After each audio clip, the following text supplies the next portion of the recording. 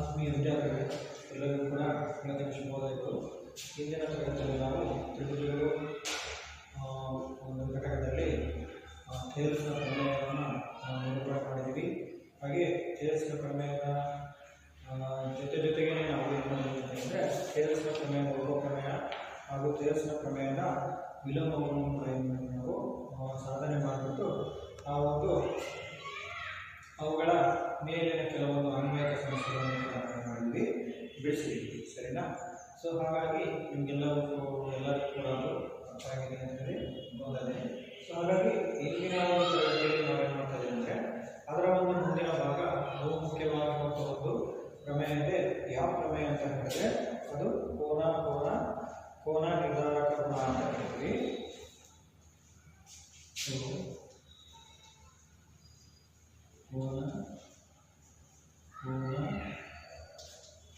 ಕೋನ ನಿರ್ಧಾರಕ ಗುಣ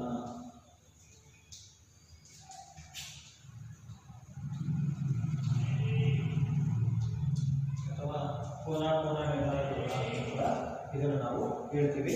ಸೊ ಹಾಗಾದ್ರೆ ಏನಿದು ಕೋನ ನಿರ್ಧಾರಕ ಗುಣ ಅಂತ ಹೇಳಿದ್ರೆ ಕೋನ ಅಂದ್ರೆ ಎಷ್ಟು ಕೋನಗಳಿವೆ? 3 ಕೋನಗಳಿವೆ. ಸೊ ಹಾಗಾದ್ರೆ ಎರಡು ತ್ರಿಭುಜಗಳಲ್ಲಿ ಅನುರೂಪ ಕೋನಗಳು ಸಮನಾಗಿದ್ದರೆ, ಅವುಗಳ ಅನುರೂಪ ಬಾಹುಗಳ ಅನುಪಾತಗಳು ಕೂಡ ಏನಾಗಿರ್ತವೆ? ಸಮನಾಗಿರ್ತವೆ. ಎರಡು ತ್ರಿಭುಜಗಳಲ್ಲಿ ಅನುರೂಪ ಕೋನಗಳು ಸಮನಾಗಿದ್ದರೆ ಅವುಗಳ ಅನುರೂಪ ಬಾಹುಗಳು ಅನುಪಾತಗಳು ಕೂಡ ಏನಾಗಿರುತ್ತೆ? ಸಮನಾಗಿರುತ್ತೆ. ಆದ್ದರಿಂದ ಆ ಎರಡು ತ್ರಿಭುಜಗಳು ಸಮರೂಪಿಗಳಾಗಿರುತ್ತವೆ ಅಂತ ಹೇಳಿ ಕರಿತೀವಿ. ಸೊ ಹಾಗಾಗಿ ಡೆಫಿನಿಷನ್ ಬರೆಯೋಣ. ಎರಡು ತ್ರಿಭುಜಗಳಲ್ಲಿ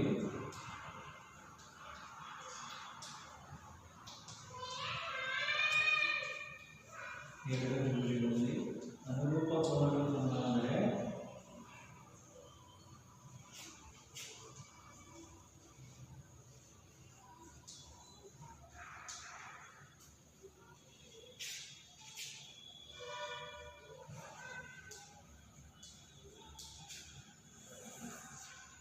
ಎರಡು ತ್ರಿಭುಜಗಳಲ್ಲಿ ಅನುರೂಪ ಕೋನಗಳು ಸಮನಾದರೆ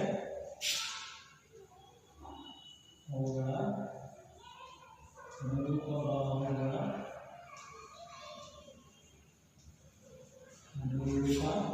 ಬಾಹುಗಳ ಅನುಪಾತ ಸಮಾನುಪಾತದಲ್ಲಿರುತ್ತದೆ.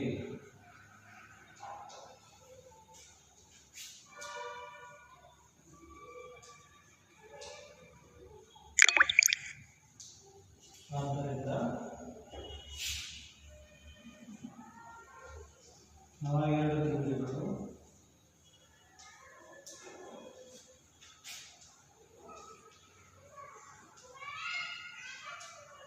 ಸಮರೂಪಿಗಳಾಗಿರುತ್ತವೆ.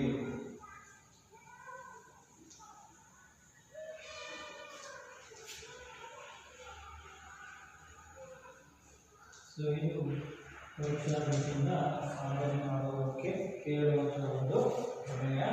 ಎರಡು ತ್ರಿಭುಜಗಳಲ್ಲಿ ಅನುರೂಪ ಕೋನಗಳು ಸಮಾನಾದರೆ ಅವುಗಳ ಅನುರೂಪ ಭಾವಗಳು ಏನಾಗುತ್ತೆ? ಸಮಾನುಪಾತದಲ್ಲಿರುತ್ತೆ.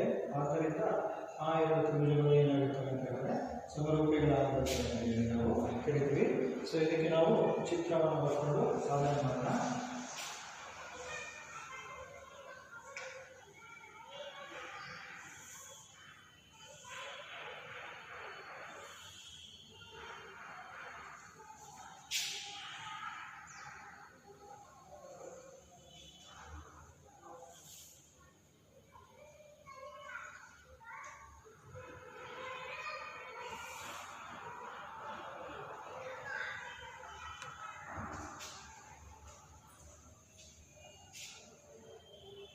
A, B, C.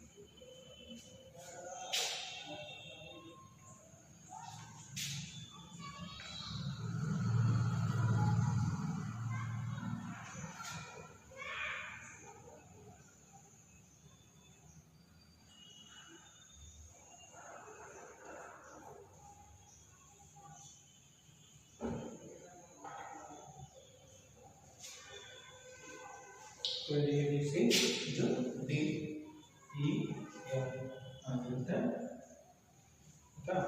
ಸೊ ಹಾಗಾಗಿ ಇಲ್ಲಿ ಒಂದು ರೇಖೆಯನ್ನು ಹೇಳ್ಕೊಂಡಿದ್ದೀವಿ ಯಾವುದು ಪಿ ಕ್ಯೂ ಅಂತ. ಸೊ ಇಲ್ಲಿ ಎಷ್ಟು ತ್ರಿಭುಜಗಳಿದ್ದಾವೆ? 2 ತ್ರಿಭುಜಗಳಿದ್ದಾವೆ ಅಲ್ವಾ. ಹಾಗಾದರೆ ಕೊಟ್ಟಿರುವಂಥದ್ದು ಏನಂದರೆ ತ್ರಿಭುಜ ಎ ಬಿ ಸಿ ಮತ್ತು ತ್ರಿಭುಜ ಡಿ ಇ ಎಫ್ಗಳಲ್ಲಿ ಅನುರೂಪ ಕೋನಗಳು ಸಮನಾಗಿದ್ದರೆ ಅಂತ ಕೊಟ್ಟಿದ್ದಾರೆ.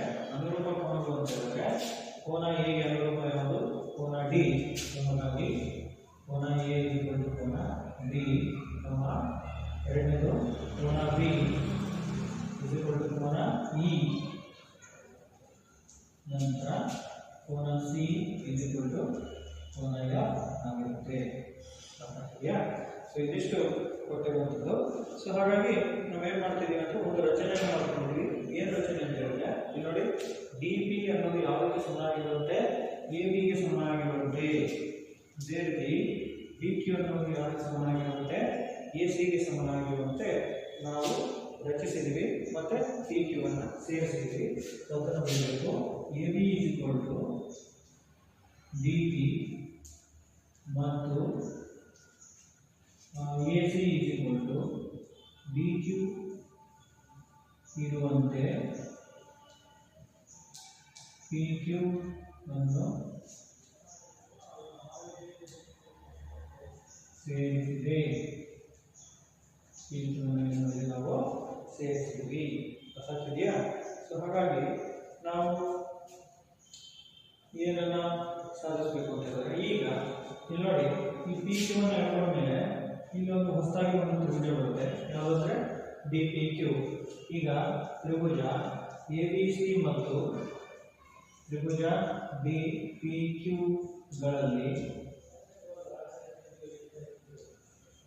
ತ್ರಿಭುಜ ಎ ಬಿ ಸಿ ಮತ್ತು ತ್ರಿಭುಜ ಡಿ ಪಿ ಕ್ಯೂಗಳಲ್ಲಿ ನೋಡಿ, ಚಿಕ್ಕ ತ್ರಿಭುಜವನ್ನು ತಗೊಂತಾ ಇದ್ದೀನಿ. ಇದು ತಗೊಂಡಾಗ A B is equal to ಯಾವುದಕ್ಕೆ ಸಮ? ಡಿ ಪಿಗೆ ಸಮ ಅಲ್ವಾ. ಅದೇ ರೀತಿ ಕೋನ ಎ ಇಸ್ ಈಕ್ವಲ್ ಟು ಯಾವುದಕ್ಕೆ ಸಮ? ಕೋನ ಡಿಗೆ ಸಮ. ಯಾಕಂದ್ರೆ ನಾವು ಅನುರೂಪ ಕೋನಗಳು. ಕೋನ ಎ ಇಸ್ ಈಕ್ವಲ್ ಟು ಕೋನ ಡಿ. ಅದೇ ರೀತಿ ಎ ಸಿ ಬಾಹು ಇಸ್ ಈಕ್ವಲ್ ಟು ಯಾವುದಕ್ಕೆ ಸಮ? ಡಿ ಕ್ಯೂಗೆ ಸಮ ಅಲ್ವಾ. ಹಾಗಾಗಿ ಇದು ಬಾಹು, ಇದು ಕೋನ, ಇದು ಬಾಹು. ಸೊ ದೇರ್ಫೋರ್ ಯಾವ ಸಿದ್ಧಾಂತದ ಪ್ರಕಾರ? ಬಾಹುವ ಸಿದ್ಧಾಂತದ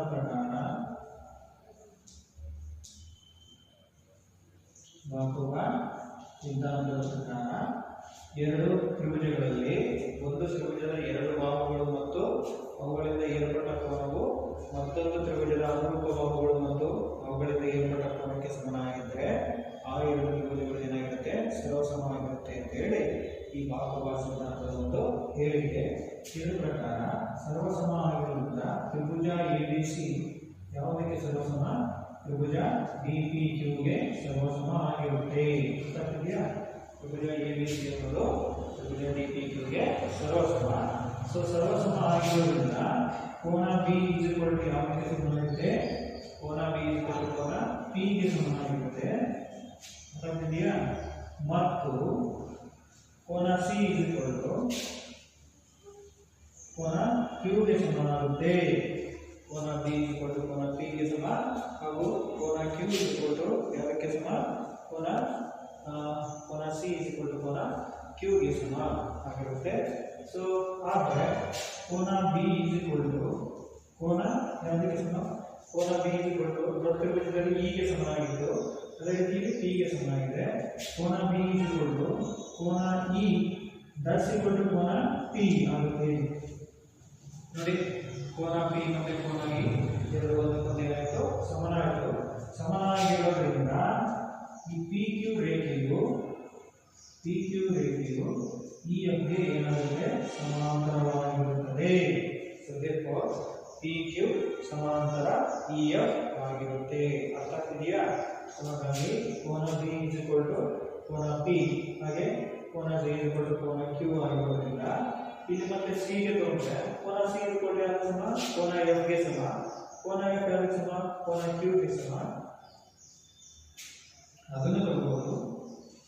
ಮತ್ತೆ ಇನ್ನೊಂದನ್ನು ಬರೆಯಬೇಕಾದ್ರೆ ಕೋನ ಸಿ ಇಸ್ ಈಕ್ವಲ್ ಟು ಕೋನ ಎಫ್, ಕೋನ ಎಫ್ ಇಸ್ ಈಕ್ವಲ್ ಟು ಕೋನ ಕ್ಯೂ ಅಲ್ವಾ ಇಲ್ಲಿದೆ. ಸೊ ಹಾಗಾಗಿ ಈ ಕೋನಗಳು ಸಮಾನ, ಈ ಕೋನ ಸಮಾನ ಅಂದರೆ ಪಿ ಕ್ಯೂ ಅನ್ನೋ ರೇಖೆಯು ಯಾವುದಕ್ಕೆ ಸಮಾಂತರವಾಗಿರುತ್ತೆ? ಇ ಎಫ್ ಗೆ ಸಮಾಂತರವಾಗಿರುತ್ತೆ. ಈಗ ಪಿ ಕ್ಯೂ ನ ರೇಖೆ ಇ ಎಫ್ ಗೆ ಸಮಾಂತರವಾದರೆ ಯಾವ ಪ್ರಮೇಯ ಬರುತ್ತೆ? ಥೇಲ್ಸ್ನ ಪ್ರಮೇಯದ ಪ್ರಕಾರ, ಥೇಲ್ಸ್ ಪ್ರಮೇಯದ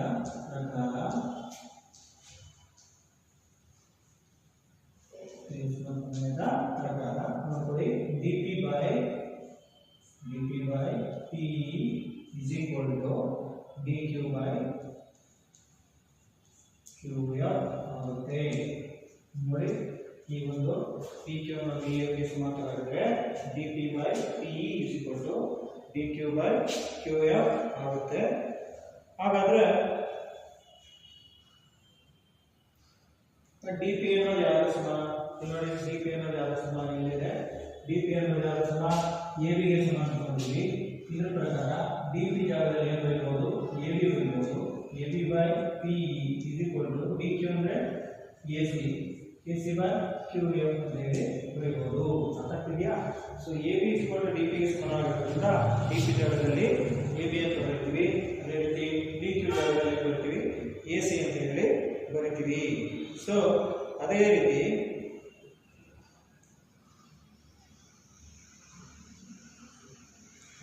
ಏನಾಗುತ್ತೆ ಅಂತಂದ್ರೆ ab by de is equal to ab by ಈಗ ದೊಡ್ಡ ತ್ರಿಭುಜ ತಗೊಂತಾ ಇದೀವಿ.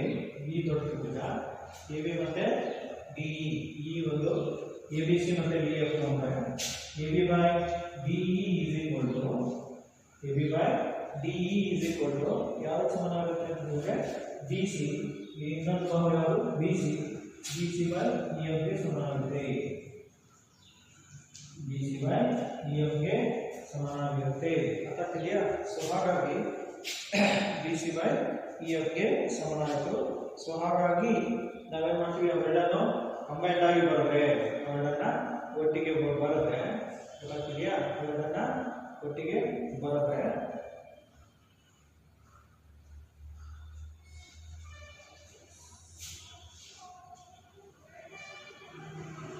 ಸೊ ಇಲ್ಲಿ qf df ಆಗುತ್ತೆ, ac by df ಆಗುತ್ತೆ. ಸೊ ಹಾಗಾಗಿ ab by de is equal to bc by df ಆಗುತ್ತೆ. ಸೊ ಹಾಗಾಗಿ ಇದನ್ನ ಮತ್ತೆ ಎರಡನ್ನ ಸಂಯೋಗಿಸಿ ಬಂದರೆ ಅಂದರೆ ಒಟ್ಟಿಗೆ ಬಂದರೆ ಸಂಯೋಗಿಸಿ ಬರೆದಾಗ ab by de is equal to bc by df is equal to ac by df ಆಗುತ್ತೆ. ab by de is equal to bc by df is equal to ಏನಾಗುತ್ತೆ? ಇಲ್ಲೂ ಕೂಡ ab by ಇದನ್ನ de ಮಾಡ್ಕೊಳ್ಳೋದು, ಯಾಕಂದ್ರೆ ದೊಡ್ಡ ಭಾಗವಲ್ವಾ. ಸೊ ಇದು Thales ಪ್ರಮೇಯದ ಪ್ರಕಾರ ab by de is equal to ac by df ಆಗುತ್ತೆ. ಸೊ ಒಟ್ಟಿಗೆ ಸಂಯೋಜಿಸಿ ಬಂದರೆ ab by de is equal to bc by df is equal to ac by df ಆಗುತ್ತೆ. ಸೊ ಇದು ಯಾವುದು ಅಂತ ಹೇಳಿದ್ರೆ ಕೋನ ನಿರೋಧಕ ಗುಣ ಆಗಿರುತ್ತೆ. ಎರಡು ಕೋನ ಆಗಿರುತ್ತದೆ. ಸೊ ಇದು ಪರೀಕ್ಷಾ ದೃಷ್ಟಿಯಿಂದ ಬಹಳ ಮುಖ್ಯವಾಗಿರುವಂತಹ ಒಂದು ಪ್ರಮೇಯ. ಸೊ ಇಲ್ಲಿ ನೋಡ್ಕೊಡ್ರಿ. ಸೊ ಇಲ್ಲಿ ಪ್ರಮೇಯ ಏನು ಕೊಟ್ಟಿದ್ದಾರೆ ಅಂತ ಹೇಳಿದ್ರೆ ಕೋನ ನಿರ್ಧಾರಕ ಗುಣ ಅಥವಾ ಕೋನ ನಿರ್ಧಾರಕ ಗುಣ ಅಂದ್ರೆ ಏನಪ್ಪ ಅಂದರೆ ಎರಡು ತ್ರಿಭುಜಗಳಲ್ಲಿ ಅನುರೂಪ ಕೋನಗಳು ಸಮನಾದರೆ, ಸಮನಾದರೆ ಅವುಗಳ ಅನುರೂಪ ಬಾಹುಗಳು ಏನಾಗಿರುತ್ತೆ? ಸಮಾನುಪಾತದಲ್ಲಿರುತ್ತವೆ. ಅವುಗಳ ಅನುರೂಪ ಬಾಹುಗಳು ಸಮಾನುಪಾತದಲ್ಲಿರುತ್ತವೆ. ಆದ್ದರಿಂದ ಆ ಎರಡು ತ್ರಿಭುಜಗಳು ಏನಾಗಿರುತ್ತೆ? ಸಮರೂಪಿಗಳಾಗಿರುತ್ತವೆ. ಸೊ ದೇರ್ಫೋರ್ ನಾವು ಲಾಸ್ಟಿಗೆ ಏನು ಬರ್ತದೆ? ತ್ರಿಭುಜ ABC ಸಮರೂಪಿ ತ್ರಿಭುಜ DEF ಆಗಿರುತ್ತೆ. ತ್ರಿಭುಜ ABC ಸಮರೂಪ ತ್ರಿಭುಜ DEF ಆಗಿರುತ್ತೆ. ಸೊ ಗೊತ್ತಾಗ್ತಿದೆಯಾ? ಹಾಗಾಗಿ ಇಲ್ಲಿ ಏನಾಗುತ್ತೆ ಅಂತ ಹೇಳಿದ್ರೆ ಆ ಎರಡು ತ್ರಿಭುಜಗಳು ಸಮರೂಪಿಗಳಾಗಿರುತ್ತವೆ. ಹಾಗಾಗಿ AB ತ್ರಿಭುಜ ABC ಮತ್ತು ತ್ರಿಭುಜ DEF ಗಳಲ್ಲಿ ಕೋನ A ಕೋನ D, ಕೋನ B ಕೋನ E ಮತ್ತೆ ಕೋನ C ಕೋನ F ಆಗಿರುತ್ತೆ. ಸೊ ನಾವೇನನ್ನ ರಚನೆ ಮಾಡಬೇಕು ಅಂದ್ರೆ ಒಂದು ರಚನೆ ಮಾಡಬೇಕಾಗುತ್ತೆ. AB ಯಾವಕ್ಕೆ ಸಮ, DP ಗೆ ಸಮ ಮತ್ತು AC ಯಾವಕ್ಕೆ ಸಮ, DQ ಗೆ ಸಮ ಇರುವಂತೆ PQ ಅನ್ನು ಸೇರಿಸಬೇಕು. ಅವಾಗ ನಮಗೆ ಮತ್ತೊಂದು ತ್ರಿಭುಜ ಸಿಗುತ್ತೆ. ಯಾವುದಂದ್ರೆ ತ್ರಿಭುಜ ABC ಮತ್ತು ತ್ರಿಭುಜ BPQ ಅದರಲ್ಲಿ AB DP ರಚನೆ ಮಾಡ್ಕೊಂಡಿದ್ದು ಕೋನ A ಕೋನ D ಅಂದರೆ ಅನುರೂಪ ಕೋನಗಳ ಸಮ. ಅದೇ ರೀತಿ AC DQ ಅದು ಕೂಡ ರಚನೆ. ಸೊ ಹಾಗಾಗಿ ಇದು ಬಾಹು, ಇದು ಕೋನ, ಇದು ಬಾಹು. ಸೊ ದೇರ್ಫೋರ್ ಬಾಹುವ ಸಿದ್ಧಾಂತದ ಪ್ರಕಾರ ಸಿದ್ಧಾಂತದ ಪ್ರಕಾರ ತ್ರಿಭುಜ ABC ಸರ್ವಸಮ ತ್ರಿಭುಜ DPQ ಆಗಿರುತ್ತೆ. ತ್ರಿಭುಜ ABC ಸರ್ವಸಮ ತ್ರಿಭುಜ DPQ. ಇದು ಪ್ಲಸ್ ಕೋನ B ಕೋನ C ಆಗಿರುತ್ತೆ. ಕೋನ C ಕೋನ Q. ಹಾಗೆ ಕೋನ B ಕೋನ E ಕೋನ P. ಅದೇ ರೀತಿ ಕೋನ C ಕೋನ F ಕೋನ Q. ಹಾಗಾಗಿ ಇಲ್ಲಿ ಕೋನಗಳು ಸಮಾನವಾಗಿದ್ದಾಗ ಆ ರೇಖೆಗಳು ಏನಾಗುತ್ತೆ, ಸಮಾಂತರ ಆಗಿರುತ್ತೆ. ಹಾಗಾಗಿ ಕೇರ್ಸ್ ಪ್ರಮೇಯದ ಪ್ರಕಾರ ನಾವು ಹೇಳ್ಬೋದು dP/PE dQ/EF ಅಂತ ಹೇಳ್ಬೋದು. ಆದರೆ dP ಜಾಗದಲ್ಲಿ ನಾವು ಹೇಳ್ಬೋದು AB ಬಿಡ್ಬೋದು. ಸೊ ಇಲ್ಲಿ dP/DE ಬರ್ಕೋಬಹುದು. DE ಜಾಗದಲ್ಲಿ DE ನ ಬರೀತೀವಿ, DP ಜಾಗದಲ್ಲಿ AB ಬರೀತೀವಿ, DQ ಜಾಗದಲ್ಲಿ AC ಬರೀತೀವಿ, ಆಮೇಲೆ DF ಬಡಬಾಬು DF ಜಾಗದಲ್ಲಿ DF ಬರೀತೀವಿ. ಹಾಗಾಗಿ ಇಲ್ಲಿ AB/DE BC/EF ಆಗಿರುತ್ತೆ. AB/DE BC/EF ಆಗಿರುತ್ತೆ. ಸೊ ಇದನ್ನ ಸಂಯೋಗಿಸಬೇಕಾದ್ರೆ AB/DE BC/EF DC/DF ಆಗಿರುತ್ತೆ. ಸೊ ಹಾಗಾಗಿ ತ್ರಿಭುಜ ABC ಸಮರೂಪ ತ್ರಿಭುಜ ಏನಾಗಿರುತ್ತೆ, DEF ಆಗಿರುತ್ತೆ. ಗೊತ್ತಾಗ್ತಿದೆಯಾ? ಸೊ ಇದನ್ನ ನಾವು ಏನಂತ ಕರಿತೀವಿ ಅಂತ ಹೇಳಿದ್ರೆ ಕೋನ ನಿರ್ಧಾರಕ ಗುಣ ಅಂತ ಕರಿತೀವಿ. ಕೋನ ನಿರ್ಧಾರಕ ಗುಣ ಅಂತ ಕರಿತೀವಿ. ಅಂದ್ರೆ ಒಂದು ತ್ರಿಭುಜದ ಎರಡು ಕೋನಗಳು ಕ್ರಮವಾಗಿ ಮತ್ತೊಂದು ತ್ರಿಭುಜದ ಎರಡು ಅನುರೂಪ ಕೋನಗಳಿಗೆ ಸಮನಾಗಿದ್ದರೆ ಆ ಎರಡು ತ್ರಿಭುಜಗಳು ಸಮರೂಪಗಳಾಗಿರುತ್ತವೆ ಅಂತ ಕರಿತೀವಿ. ಹಾಗಾಗಿ ಇದು ಸ್ಟೇಟ್ಮೆಂಟ್ ಏನಪ್ಪ ಅಂದ್ರೆ ಒಂದು ತ್ರಿಭುಜದ ಎರಡು ಕೋನಗಳು ಮತ್ತೊಂದು ತ್ರಿಭುಜದ ಎರಡು ಕೋನಗಳಿಗೆ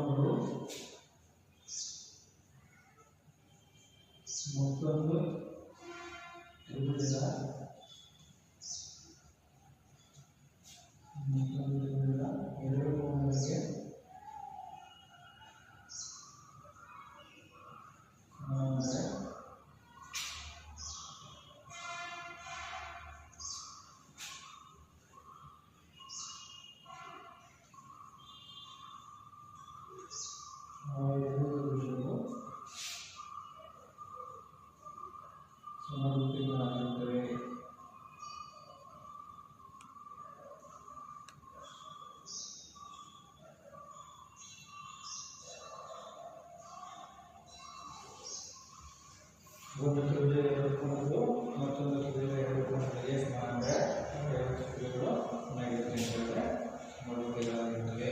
ಅರ್ಥ ಆಗ್ತಿದೆಯಾ? ಸೊ ಇದು ಕೋನ ಒಂದು ಹೇಳಿಕೆ ಅಂತ ಕರಿತೀವಿ. ಇದನ್ನು ನಾವೀಗ ಸಾಧಿಸಿದ್ದೀವಿ. ಸೊ ಹಾಗಾಗಿ ನಾವು ಈಗ ಮುಂದಿನ ಒಂದು ಪ್ರಮೇಯಕ್ಕೆ ಹೋಗೋಣ. ಸೊ ಮುಂದಿನ ಪ್ರಮೇಯ ಯಾವುದು ಅಂತ ಹೇಳಿದ್ರೆ ಬಾಹು ನಿರ್ಧಾರಕ ಗುಣ ಅಂತ ಕರಿತೀವಿ.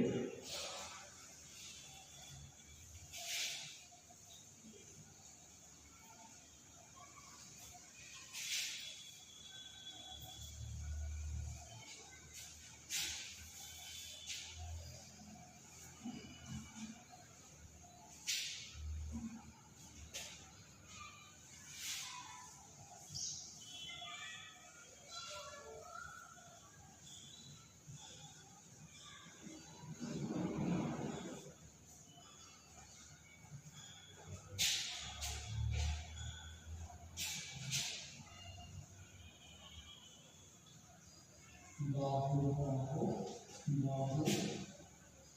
ಇದನ್ನ ಎಸ್ ಸೈಡ್ ಅನ್ನ ನಿರ್ಧಾರಕ ಗುಣ.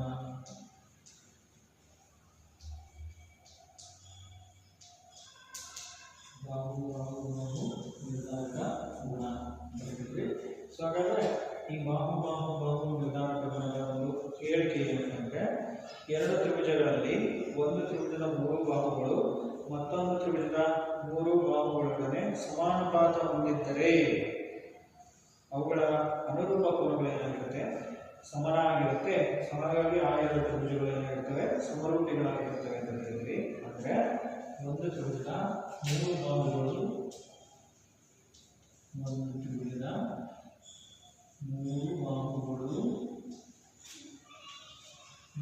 ತ್ರಿಭುಜದ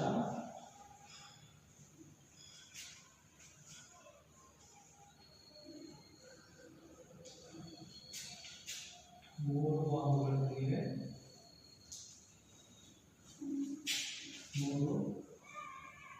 ಬಾಹುಗಳೊಂದಿಗೆ ಸಮಾನುಪಾತ ಹೊಂದಿದ್ದರೆ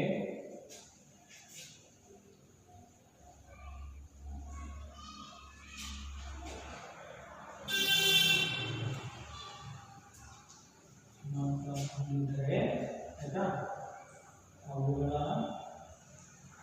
ಅನುರೂಪ ಕೋನಗಳು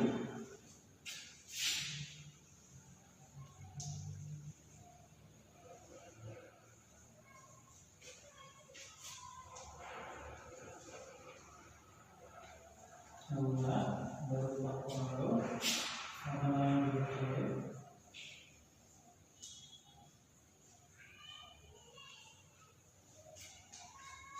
ಹಾಗೂ ಆ ತ್ರಿಭುಜಗಳು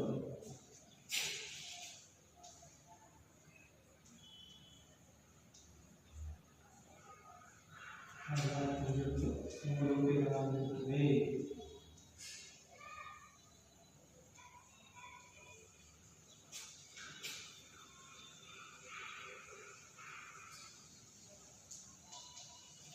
ಒಂದು ತ್ರಿಭುಜದ ಮೂರು ಭಾಗಗಳು ಮತ್ತೊಂದು ತ್ರಿಭುಜದ ಮೂರು ಭಾಗಗಳಿರುವ ಪಥವಂದರೆ ಅವುಗಳ ಅನುರೂಪ ಕೋನಗಳು ಏನಾಗಿರುತ್ತೆ, ಸಮನಾಗಿರುತ್ತೆ.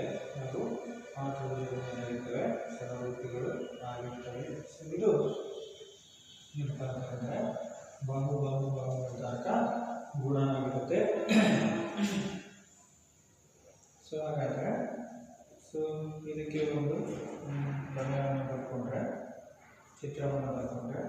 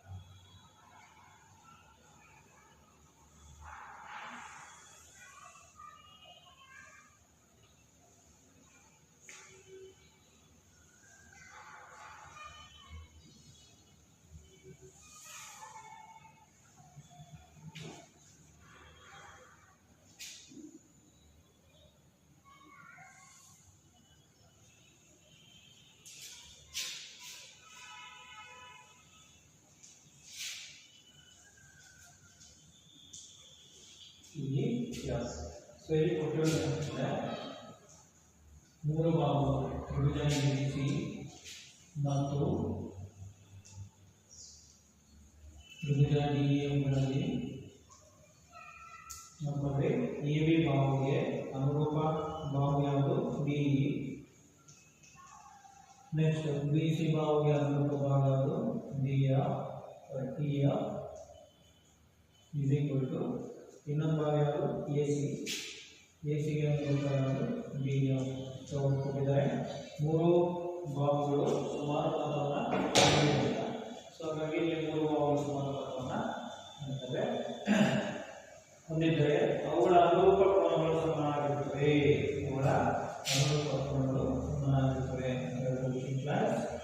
ಕೋನ A ಕೋನ D, ಅದೇ ರೀತಿ ಕೋನ B ಕೋನ E, ಅದೇ ರೀತಿ ಕೋನ C ಕೋನ F. ಕೋನ A ಕೋನ D, ಕೋನ B ಕೋನ PQ, BC. ಕೋನ A ಕೋನ D ಆಗುತ್ತೆ. ಕೋನ ಬಿ ಇಸ್ ಈಕ್ವಲ್ ಟು ಕೋನ ಇ ಆಗುತ್ತೆ, ಕೋನ ಸಿ ಇಸ್ ಈಕ್ವಲ್ ಟು ಕೋನ ಎಫ್ ಆಗುತ್ತೆ. ಯಾಕಂದರೆ ಅವುಗಳ ಬಾಹುಗಳು ಏನಾಗಿದೆ ಅಂತ ಹೇಳಿದ್ರೆ ಸಮಾನುಪಾತವನ್ನು ಹೊಂದಿದ್ದಾವೆ. ಸೊ ಹಾಗಾಗಿ ಅವುಗಳ ಅನುರೂಪ ಕೋನಗಳು ಏನಾಗಿರ್ತವೆ, ಸಮನಾಗಿರೋದ್ರಿಂದ ಆ ಎರಡು ತ್ರಿಭುಜಗಳು ಏನಾಗುತ್ತೆ, ತ್ರಿಭುಜ ಎ ಬಿ ಸಿ ಸಮರೂಪ ತ್ರಿಭುಜ ಡಿ ಇ ಎಫ್ ಆಗಿರುತ್ತೆ. ಇದು ಯಾವ ಒಂದು ಸಿದ್ಧಾಂತ, ಬಾಹು ನಿರ್ಧಾರಕ ಗುಣ ಅಂತ ಕರಿತೀವಿ, ಅಥವಾ ಎಸ್ ಎಸ್ ಎಸ್ ನಿರ್ಧಾರಕ ಗುಣ ಅಂತ ಕರಿತೀವಿ. ಅಂದರೆ ಏನಪ್ಪ ಅಂದರೆ ಒಂದು ತ್ರಿಭುಜದ ಮೂರು ಬಾಹುಗಳು ಮತ್ತೊಂದು ತ್ರಿಭುಜದ ಮೂರು ಬಾಹುಗಳೊಂದಿಗೆ ಸಮಾನುಪಾತವನ್ನು ಹೊಂದಿದ್ದರೆ, ಒಂದು ತ್ರಿಭುಜದ ಮೂರು ಬಾಹುಗಳು ಮತ್ತೊಂದು ತ್ರಿಭುಜದ ಮೂರು ಬಾಹುಗಳೊಂದಿಗೆ ಸಮಾನುಪಾತವನ್ನು ಹೊಂದಿದ್ದರೆ ಅವುಗಳ ಅನುರೂಪ ಕೋನಗಳು ಏನಾಗಿರುತ್ತವೆ, ಸಮನಾಗಿರುತ್ತವೆ.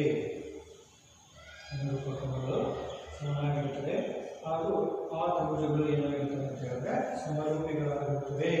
ಆ ತ್ರಿಭುಜಗಳು ಸಮರೂಪಿಗಳು ಆಗಿರುತ್ತವೆ ಅಂತ ಹೇಳಿ ನಾವು ಹೇಳ್ತೀವಿ. ಸೊ ಇದು ಯಾವ ನಿರ್ಧಾರಕ ಗುಣ, ಇದು ಬಾಹು ನಿರ್ಧಾರಕ ಗುಣ ಅಂತ ಹೇಳಿ ನಾವು ಕರಿತೀವಿ.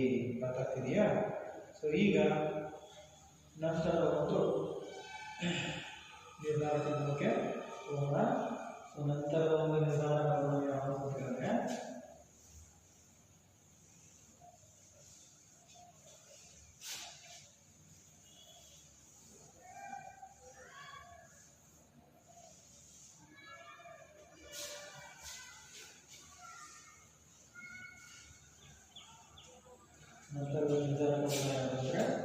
ಬಾಹು ಕೋನ ಬಾಹು ಅಂತ ಕರಿತೀವಿ. ಬಾಹು ಕೋನ ಬಾಹು ಅಥವಾ ಬಾಹುವಾ ಸಿದ್ಧಾಂತ ಅಂತ ಕರಿತೀವಿ. ಎಸ್ ಎ ಎಸ್ ನಿರ್ಧಾರಕ ಗುಣ ಅಂತ ಕರಿತೀವಿ. ಎಸ್ ಎ ಎಸ್ ನಿರ್ಧಾರಕ ಗುಣ. ಸೊ ಏನಪ್ಪ ಎಸ್ ಎ ಎಸ್ ನಿರ್ಧಾರಕ ಗುಣ ಅಂತ ಹೇಳಿದ್ರೆ,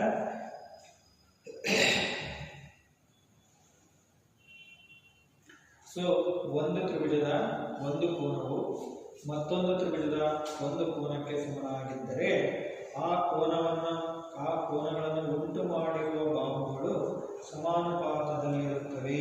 ಆ ಕೋನಗಳನ್ನು ಉಂಟು ಮಾಡಿರುವಂತಹ ಬಾಹುಗಳು ಏನಾಗಿರ್ತವೆ, ಸಮಾನುಪಾತದಲ್ಲಿರುತ್ತವೆ. ಹಾಗಾಗಿ ಆ ಎರಡು ತ್ರಿಭುಜಗಳು ಏನಾಗಿರ್ತವೆ, ಸಮರೂಪಿಗಳಾಗಿರುತ್ತವೆ. ಗೊತ್ತಾಗ್ತಿದೆಯಾ?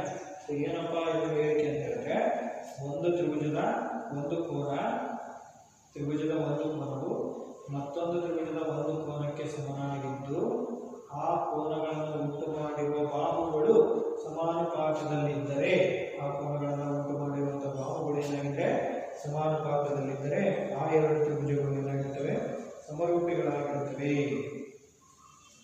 ಬರೆಯೋಣ.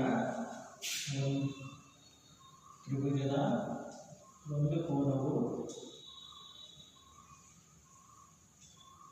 ಮತ್ತೊಂದು ತ್ರಿಭುಜದ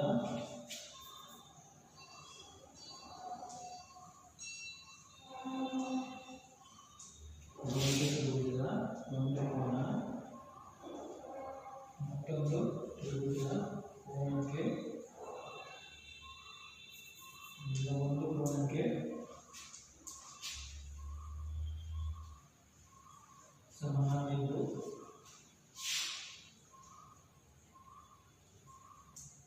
ಆ ಕೋನಗಳನ್ನು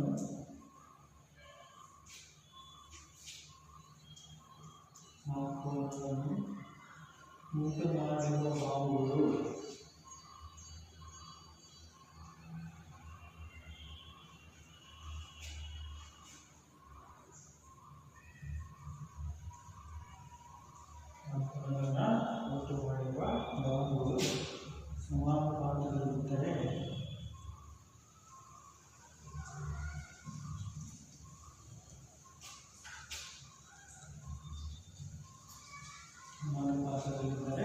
ಆ ತ್ರಿಭುಜಗಳು ಸಮರೂಪಿಗಳಾಗಿರುತ್ತವೆ.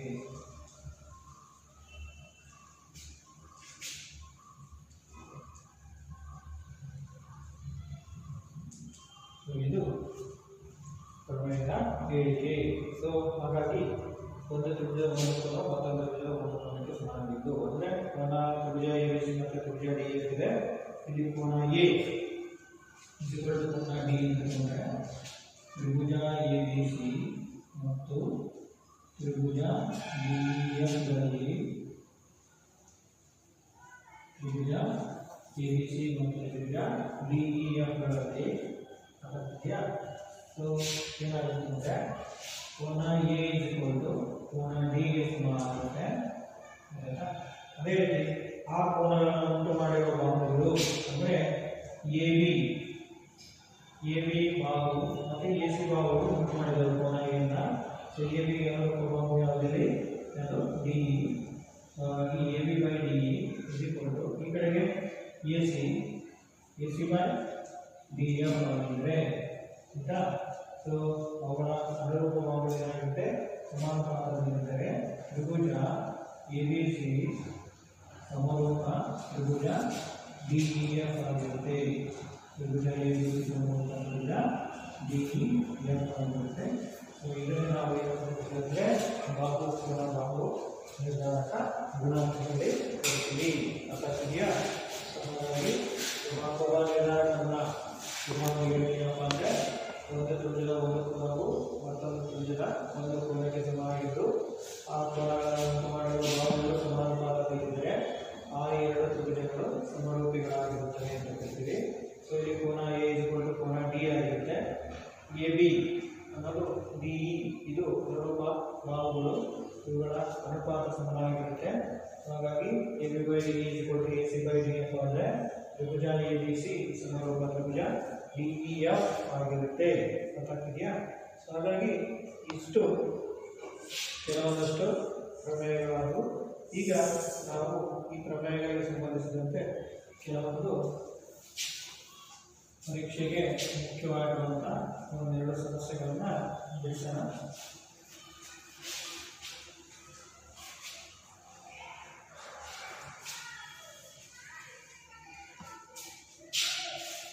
ಸೊ ಇಲ್ಲಿ ಒಂದು ಲೆಕ್ಕ ಇದೆ.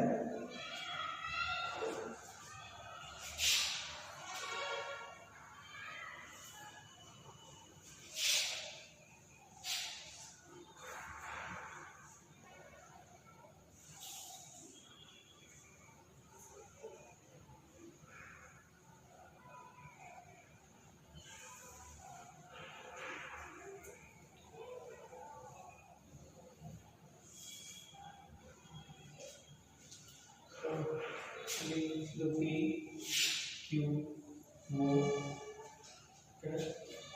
ಆರ್ ಎಸ್ ಇದು ಕೊಟ್ಟಿರುವಂಥ ಚಿತ್ರ. ಚಿತ್ರದಲ್ಲಿ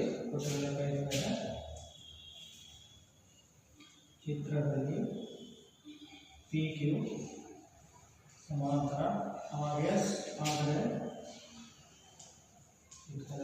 ಪಿ ಕ್ಯೂ ಸಮಾಂತರ ಆರ್ ಎಸ್ ಆದರೆ ತ್ರಿಭುಜ ಪಿ ಓ ಕ್ಯೂ ಸಮರೂಪ ತ್ರಿಭುಜ ಆರ್ ಓ ಎಸ್ ಅಥವಾ ಎಸ್ ಓ ಆರ್ ಎಂದು ಸಾಧಿಸಿ ಪಿ ಕ್ಯೂ ಅನ್ನೋದು ಯಾವುದಕ್ಕೆ ಸಮಾಂತರ ಆರ್ಗೆ ಸಮಾಂತರ ಅಂತ ಹೇಳ್ತಿದ್ದಾರೆ. ಸೊ ಇಲ್ಲಿ ನಾವು ನೋಡಬೇಕಂದ್ರೆ ಈ ಒಂದು ಚಿತ್ರದಲ್ಲಿ ಎಷ್ಟು ತ್ರಿಭುಜಗಳಿವೆ ನೋಡಬೇಕು. ಎಷ್ಟು ತ್ರಿಭುಜ ಇವೆ? ಎರಡು ತ್ರಿಭುಜಗಳು ಇರೋದ್ರಿಂದ ತ್ರಿಭುಜ ಪಿ ಓ ಕ್ಯೂ ಮತ್ತು ತ್ರಿಭುಜ ಎಸ್ ಓ ಆರ್ಗಳಲ್ಲಿ ತ್ರಿಭುಜ ಪಿ ಓ ಕ್ಯೂ ಮತ್ತು ತ್ರಿಭುಜ ಎಸ್ ಓ ಆರ್ಗಳಲ್ಲಿ ಅವರೇ ಕೊಟ್ಟಿದ್ದಾರೆ. ಪಿ ಕ್ಯೂ ಸಮಾಂತರ ಯಾವುದು? ಆರ್ ಎಸ್ ಆಗಿದೆ. ಪಿ ಕ್ಯೂ ಸಮಾಂತರ ಆರ್ ಎಸ್ ಆಗಿದೆ. ಸೊ ಪಿ ಕ್ಯೂ ಮತ್ತು ಆರ್ ಎಸ್ ಸಮಾಂತರ ಆಗಿರೋದ್ರಿಂದ ಇಲ್ಲಿ ಏರ್ಪಡುವಂಥ ಪರ್ಯಾಯ ಕೋನಗಳು ಏನಾಗುತ್ತೆ? ಸಮನಾಗಿರುತ್ತೆ. ಹಾಗಾಗಿ ಕೋನ ಕ್ಯೂ ಇದ್ದು ಕೋನ ಆರ್ ಕೋನ ಆರ್ ಆಗಿರುತ್ತೆ. ಅದೇ ಥರ ಇನ್ನೊಂದು ಪರ್ಯಾಯ ಕೋನ ಇದೆ, ಅದು ಪಿಗೆ ಯಾವ ಸಮ? ಎಸ್ ಸಮ. ಯಾಕಂದರೆ ಇವು ಪರ್ಯಾಯ ಕೋನಗಳನ್ನು ಕೊಡ್ತೀವಿ. ಕೋನ ಪಿ ಕೋನ ಎಸ್ ಪರ್ಯಾಯ ಕೋನಗಳು.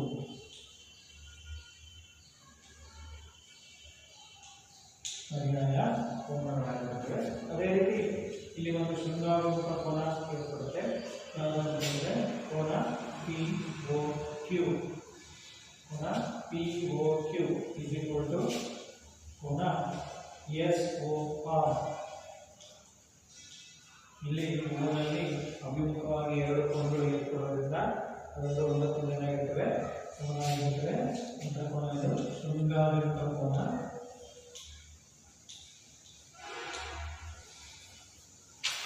ಶೃಂಗಾರಯುಕ್ತ ಕೋನ. ಸೊ ಹಾಗಾಗಿ ಇಲ್ಲಿ ನೋಡಬೇಕಿದು ಕೋನ, ಇದು ಕೂಡ ಕೋನ, ಇದು ಕೂಡ ಕೋನ. ಇದು ಯಾವ ಒಂದು ಸಿದ್ಧಾಂತ ಬರುತ್ತೆ? ಕೋನ ಕೋನ ಕೋನ ನಿರ್ಧಾರಕ ಗುಣದ ಪ್ರಕಾರ. ಕೋನ ಕೋನ ಕೋನ ನಿರ್ಧಾರಕ ಗುಣದ ಪ್ರಕಾರ ನಾವು ಏನು ಮಾಡ್ತೀವಂದರೆ ಈ ಎರಡು ತ್ರಿಭುಜಗಳು ಏನಾಗಿರ್ತವೆ ಸಮರೂಪಿಗಳಾಗಿರುತ್ತವೆ. ಅದನ್ನೇ ತ್ರಿಭುಜ ಪಿ ಒ ಕ್ಯೂ ಸಮರೂಪ ತ್ರಿಭುಜ ಎಸ್ ಒ ಆರ್ ಅಂತೇಳಿ ಸಾಧಿಸ್ತೀವಿ. ಇಲ್ಲಿ ಬಹಳ ಸುಲಭವಾಗಿರುತ್ತೆ. ಇದೇನು ಮಾಡಬೇಕು ಅಂತ ಹೇಳಿದ್ರೆ ಇಲ್ಲಿರುವಂಥ ಕೋನಗಳು ಯಾವ ಕೋನಗಳಿಗೆ ಸಮಾನತೆಯನ್ನು ತೋರಿಸಿದ್ರೆ ನಮಗೆ ಅದಕ್ಕೆ ಬಂದ್ಬಿಡುತ್ತೆ ಅಂತ ಇದೆಯಾ. ಸೊ ಇದು ಈ ಒಂದು ಲೆಕ್ಕವನ್ನು ಬಿಡಿಸುವಂಥ ವಿಧಾನ ಆಗಿದೆ. ಸೊ ನಂತರ ಇನ್ನೊಂದಿದೆ, ಅದನ್ನು ನೋಡೋಣ. ಈ ಕಡೆ ನೋಡ್ಬೋದು ಫಸ್ಟು. ಸೊ ಇಲ್ಲಿ ಅವ್ರು ಏನು ಕೊಟ್ಟಿದ್ರು, ಚಿತ್ರದಲ್ಲಿ ಪಿ ಕ್ಯೂ ಸಮಾಂತರ ಆಗಿದೆ ಆರ್ ಎಸ್ ಆದರೆ ತ್ರಿಭುಜ ಪಿ ಒ ಕ್ಯೂ ಸಮರೂಪ ತ್ರಿಭುಜ ಸುಮಾರನ್ನು ಸಾಧಿಸಿಕೊಟ್ಟಿದ್ದರಿಂದ ಎರಡು ತ್ರಿಭುಜಗಳನ್ನು ತಗೊಂಡು ಇದರಲ್ಲಿ ಇದು ಸಮಾಂತರ ರೇಖೆಯಾಗಿರೋದ್ರಿಂದ ಎರಡು ಪರ್ಯಾಯ ಕೋನಗಳು ಸಿಗುತ್ತೆ. ಆ ಪರ್ಯಾಯ ಕೋನಗಳನ್ನು ಬರ್ಕೋಬೇಕು. ಬರ್ಕೊಂಡಾದ್ಮೇಲೆ ಒಂದು ಶೃಂಗಾರಯುಕ್ತ ಕೋನ ಸಿಗುತ್ತೆ, ಅದನ್ನು ಬರ್ಕೋಬೇಕು. ಬರ್ಕೊಂಡ್ರೆ ಕೋನ ಕೋನ ಕೋನ ನಿರ್ಧಾರಕ ಪ್ರಕಾರ ಈ ಎರಡು ಕೋನಗಳೇನಾಗಿರುತ್ತೆ ತ್ರಿಭುಜಗಳೇನಾಗಿರುತ್ತೆ ಸಮರೂಪಗಳು ಆಗಿರುತ್ತೆ. ಇದೆಯಾ. ಈಗ ಈ ಒಂದೇ ಒಂದು ಸಮಸ್ಯೆಯನ್ನು ಮಾಡೋಣ. ಸೊ ಈ ಥರ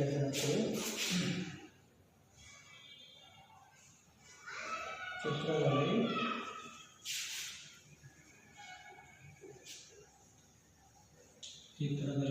OA into OD is equal to OB OC into OD OC into OD ಆದರೆ ಕೋನ A is equal to ಕೋನ C, ಕೋನ A is equal to ಕೋನ C ಮತ್ತು ಕೋನ B is equal to ಕೋನ D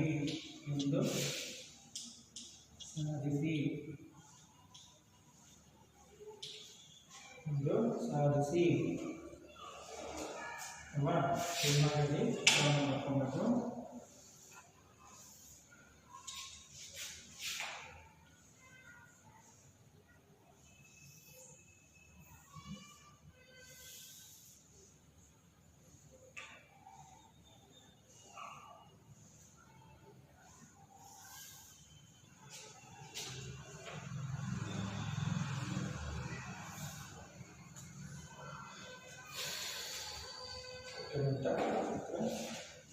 ಇದರಲ್ಲಿ A D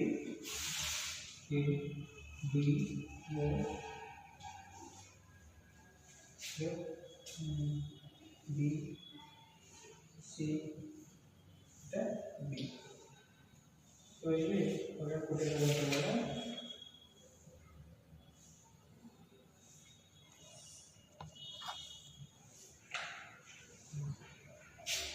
ಕೊಟ್ಟಿರೋದೇನಂತಂದರೆ OA into OB is equal to OC into OD ಅಂತ ಕೊಟ್ಟಿದ್ದಾರೆ. OA into OB is equal to OC into OD ಅಂತ ಕೊಟ್ಟಿದ್ದಾರೆ. ನಾವೇನು ಮಾಡಬೇಕು ಅಂದರೆ ಅವುಗಳ ಒಂದು ಅನುರೂಪ ಭಾವಗಳನ್ನು ಅನುಪಾತಗಳನ್ನು ಬರ್ಕೋಬೇಕಿದ್ರಿಂದ ಬರ್ಕೊಂಡ್ರೆ OA ಇದೆಲ್ಲ ಈ OAಗೆ ಅನುರೂಪ ಭಾವಗಳಾಗುತ್ತೆ OC ಆಗುತ್ತೆ. OA by OC is equal to OB by OD ಆಗುತ್ತೆ. OA by OC is equal to OB by OD. ಅಂದರೆ ಅನುರೂಪ ಭಾವಗಳ ಅನುಪಾತ ಏನಾಯಿತು ಅಂತಂದರೆ ಸಮಾನಾಯಿತು ಅಲ್ವಾ. ಸಮಾನಾಗಿ ಮತ್ತೇನಿದೆ ಇಲ್ಲೊಂದು ಶೃಂಗಾರಯುಕ್ತ ಕೋನ ಇದೆ. ಯಾವ ಶೃಂಗಾರಯುಕ್ತ ಕೋನ ಅಂದರೆ AOD ಕೋನ AOD is equal to ಕೋನ BOC ಕೋನ ಬಿ ಒ ಸಿಗೆ ಸಮ. ಕೋನ ಎ ಒ ಡಿ ಕೋನ ಬಿ ಒ ಸಿ ಆಗಿರೋದ್ರಿಂದ ಇಂಥ ಕೋನಗಳು ಮುಂಗಾಗಿರುವ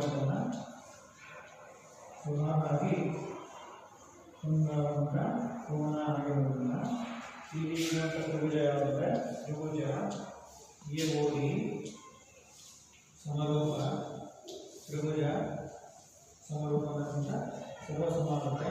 ಸರ್ವಸಮ ತ್ರಿಭುಜ ಯಾವುದು ಸಿ ಒ ಡಿ ಆಗುತ್ತೆ. So C O D